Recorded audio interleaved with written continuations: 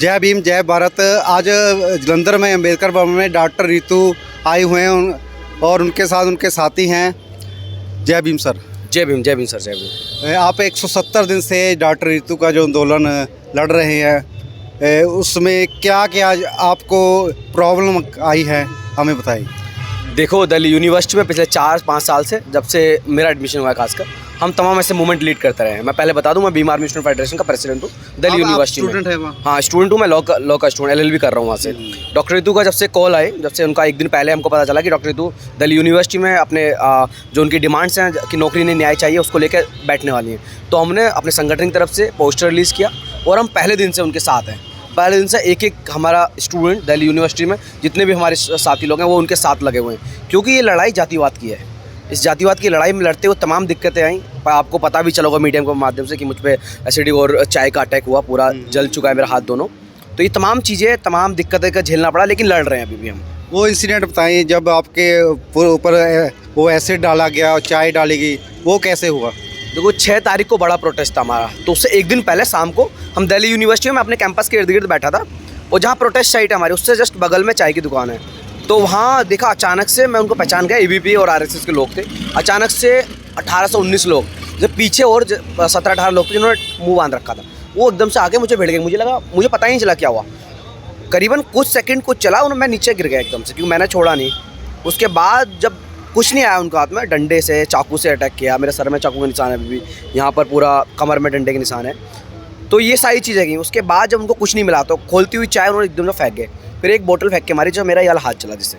तो ये सारी चीज़ें हुई एकदम तुरंत, एट द मोमेंट। उनका वेल ऑर्गेनाइज, वेल प्लान के साथ कॉन्स्पिरेसी, और पूरा एक मर्डर करने की कॉन्सेप्ट है, क्योंकि छोड़ा नहीं था उसने। मेरे मुंह पे ये फेंकने की कोशिश की थी, मेरा यहाँ से जला हुआ भी है।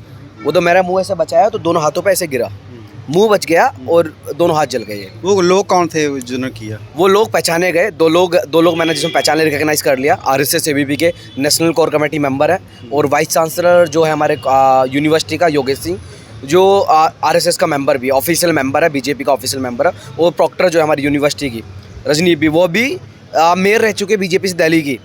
तो ये सारे लोग, BJP के लोग, RSS के लोग, पूरा प्लानिंग के साथ इन्होंने उनको भेजा और फिर अटैक कराया, ये सारा कुछ। क्योंकि 6 तारीख को मास रैली थी हमारी, बहुत बड़ी रैली थी, जिसमें सारे पंजाब से बहुत सारे साथी आए थे हमारे। उसको डिस्ट्रॉय करने की, उसको डिस्ट्रॉय करने, क्योंकि मैं एक दिल्ली यूनिवर्सिटी का मुखर चेहरा हूँ। मैं सबसे ज़्यादा स्टूडेंट एक्टिविज्म में तो सबसे मुखर चेहरा मेरा है। तो अगर मैं वहाँ ना रहूँगा, तो शायद वो लोग सोच रहे हैं आशुतोष नहीं रहेगा तो मूवमेंट दबा लिया जाएगा। इस प्लान के साथ आया। लेकिन आशुतोष सुबह 4 बजे तक एम्स में था मैं। उसके बाद सुबह 10-11 बजे, 9 से 11 बजे के बीच में हम फिर से यूनिवर्सिटी पहुँचे, फिर से प्रोटेस्ट शुरू किया।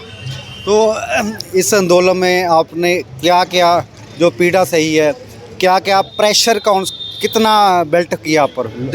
देखो तमाम, एक तो हमारा जो कैंपस है, मुझे कैंपस से सस्पेंशन की धमकी मिली, मुझे कैंपस से निकाले जाने की धमकी मिली, मुझे तमाम चीज़ों का सामना करना पड़ा। और डॉक्टर रितु को भाई, उनको तमाम अटैक की धमकी आई, मुझे तो करा ही दिया, बहुत बार कॉल्स वगैरह आते गए।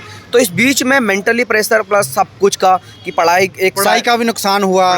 आप 170 दिन से फिर गए वहाँ, कॉलेज में भी नहीं गए, पढ़ाई भी नहीं की? नहीं, देखो हमारा ये है कि हम दिन में एक्टिविज्म करते हैं, तो रात में पढ़ते भी हैं, तो सुबह में क्लासेस भी लेते हैं। तो बिना पढ़ाई के, अम्बेडकर ने कहा है कि बिना पढ़ाई के तुम कोई लड़ाई नहीं जीत सकते। तो पढ़ाई हमारी सबसे प्राइमरी काम होता है, पढ़ाई तो पूरा रही है। रात भर हम पढ़ते थे, सुबह सोते थे, फिर उसके बाद 2-3 घंटे क्लासेस होती थी, उन क्लासों को भी लेते थे।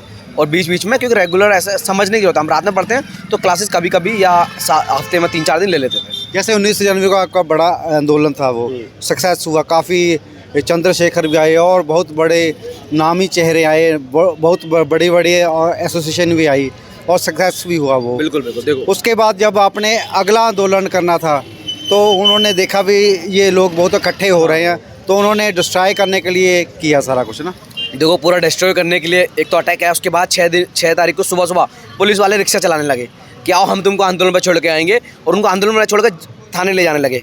दिल्ली के हर कोने में हमारे साथी भर दिए। दिल्ली के हर थाने में, जितने बॉर्डर्स पर थाने थे दिल्ली के आसपास, क्योंकि दूर दूर तक छोड़ रहे, वहाँ हमारे सारे साथी थे। कम से कम उस दिन 10,000 लोग पूरे कैंपस में थे।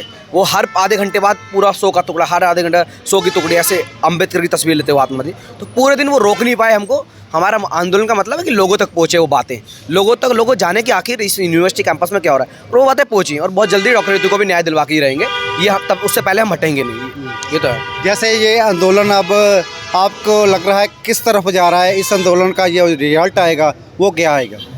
देखो, जिस तरीके से आंदोलन जन आंदोलन में कन्वर्ट हो चुका है तो रिजल्ट पॉजिटिव आएगा, क्योंकि अदालत में भी लड़ रहे हैं हम। अदालत में लेकिन 20% की लड़ाई होती है बंद कमरों की, लेकिन उससे 80% की जो लड़ाई है वो सड़कें तय करती हैं। वो हमारे लोग, हमारे कम्युनिटी के लोग वो तय करते हैं, और उनका दबाव रहेगा सड़कों पर हम आ गए तो ये आंदोलन भी जीतेंगे और जल्दी ही डॉक्टर रितु को न्याय भी मिलेगा। और वो जो क्रिमिनल सविता रॉय जो वाइस चांसलर है, जातिवादी वाइस चांसलर, उसको जेल के अंदर जाना ही पड़ेगा। दूसरे लोग जैसे कह रहे हैं आप इस मुद्दे पर पॉलिटिक्स कर रहे हैं, वो कहते हैं हम डॉक्टर रितु को नौकरी देना चाहते हैं पर वो नौकरी करना नहीं चाहते। देखो, पहले दिन से जब हम धरने बैठे तो नौकरी नहीं न्याय चाहिए, और मैं उन लोगों को बता दूं कि पॉलिटिक्स होती क्या है। जब पॉलिटिक्स के तहत तो उनको निकाला गया, जब सब कुछ पॉलिटिक्स डिसाइड कर रही है, क्या तुम खाओगे, किस कॉलेज में पढ़ाओगे, कब तुमको निकाल दिया जाएगा, कौन सी जात से तुम हो, तुम्हारी कहाँ जगह होनी चाहिए, सब कुछ पॉलिटिक्स तय कर रही है। तो हम भी अपनी पॉलिटिक्स तय करें, और हमारी पॉलिटिक्स इतनी है कि हम आंदोलन लड़ रहे हैं। यही हमारी पॉलिटिक्स है, ईमानदारी के साथ लड़ रहे हैं, बाबा साहब अम्बेडकर के आइडिया को लेकर लड़ रहे हैं। यही हमारी पॉलिटिक्स है बस। क्या आने वाले समय में आशुतोष इलेक्शन भी लड़ेंगे?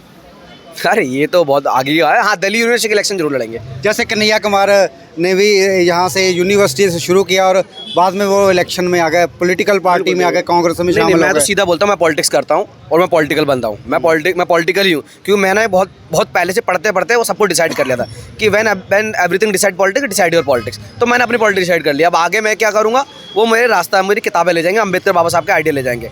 हाँ, इतना पता है दिल्ली यूनिवर्सिटी के चुनाव जरूर लड़ेंगे, उसके बाद जनरल पॉलिटिक्स पता नहीं, लेकिन हाँ लेखक जरूर बनेंगे, किताबें जरूर लिखेंगे, ये तो पता है। जैसे पूरे देश में इस आंदोलन को लेकर आप एक चेहरा बन गए हो, काफ़ी लोगों, काफ़ी स्टेटों से आपको सहयोग भी मिला है। आपको लगता था जब आपने आंदोलन शुरू हुआ वे ऐसा पूरे देश में माहौल बन जाएगा? आज पंजाब आए हैं, पंजाब में आपसे लोगों फ़ोटो खिंचा रहे हैं और आपने आज स्पीच भी की है, लोगों ने आपकी स्पीच भी सुनी है। क्या आपको लगता था ऐसा हो जाएगा? देखो, जब पहले दिन से इस आइडिया को लेकर तो नहीं बैठे थे, लेकिन ईमानदारी के साथ बैठे थे। और मुझे लगता है कि जो काम ईमानदारी से होता है वो हर लोग अपने आप सपोर्ट में आ जाते हैं, जो ईमानदार लोग होते हैं। चाहे जालंधर हो, कश्मीर हो, या नीचे केरला हो या महाराष्ट्र हो, हर जगह इस आंदोलन की चर्चा हो रही है। और हम बड़े ईमानदारी के साथ, हमने कभी ऐसे उम्मीदें रखी थी कि हम इस आंदोलन के थ्रू ये बन जाएंगे, ऐसा कुछ नहीं था। मैं दिल्ली यूनिवर्सिटी बहुत पहले से फेमस था, लेकिन हाँ इस आंदोलन के थ्रू हम अपने लोगों के तक पहुँच पाए। जालंधर के लोगों, जालंधर अपनी बहुजन कम्युनिटी, उन लोगों तक आ पाए। और अपने उत्तर प्रदेश, अपने राजस्थान, अपने महाराष्ट्र, जो है अपने उन लोगों तक अपनी बातें पहुँच पाएँ। और वो बहुत ज़रूरी होता है कि आंदोलन में चलते चलते अपनी बातें जनता के बीच में पहुँचाओ, ताकि जनता और ज़्यादा आंदोलन के लिए प्रोत्साहित हो रहा है, आंदोलन करने लगे। ये हमारा मुख्य काम होता है। पूरे देश से आपको कॉल भी आ रहे होंगे, किस तरह का सहयोग जो लोगों से मिल रहा है अब तक? देखो, सहयोग हमको एक ही चाहिए कि आप लोग आओ सपोर्ट में, इस गंदी राजनीति को नस से नाबूद करो और डॉक्टर रितु के सपोर्ट में आओ। यही हमारा, इससे अलग हमको कोई सपोर्ट नहीं चाहिए। बस अपनी जनता चाहिए हमको, क्योंकि उनके ही थ्रू सब कुछ हो सकता है। अकेला मैं आशुतोष नहीं लड़ सकता, अकेला डॉक्टर रितु नहीं लड़ सकती, अकेला कोई नहीं लड़ सकता। जैसे आप सिस्टम के खिलाफ लड़ाई लड़ रहे हैं, सीधा आप उनको अमित शाह का नाम ले रहे हो, आरएसएस का नाम ले रहे हो, क्या लगता है ये इस सब करने से कुछ सिस्टम में चेंजिंग आएगा आने वाले समय में? देखो, जो भी चीज़ मानवता के खिलाफ है, जो भी चीज़ दलित बहुजनों के खिलाफ है, जो भी चीज़ आदिवासियों या दलितों के या महिलाओं के खिलाफ है, उन चीज़ के खिलाफ हम लड़ रहे हैं। अमित शाह और आरएसएस और ये तमाम मनुवादी ब्राह्मणवादी ताकतें शुरू से, अब से नहीं, इनका जब से इतिहास रहा है तब से ये हम लोगों के खिलाफ है, तो हम इन लोगों के खिलाफ लड़ रहे हैं। अब तो बाबा साहब की वजह से एजुकेशन मिल चुकी है, बाबा साहब की वजह से किताब मिल चुकी है, किताबों को पढ़ते हुए हम लड़ रहे हैं। और आगे ये लड़ाई जारी रहेगी जब तक ये शोषण खत्म नहीं होता, जब तक हम जीत नहीं जाते। जैसा मेरे साथ आशुतोष बोस जी जिन्होंने बताया कि हम ये लड़ाई अंत तक लड़ेंगे जब तक इस लड़ाई में हम सक्सेस नहीं हो जाते। चेतना चैनल के लिए प्रदीप राजा।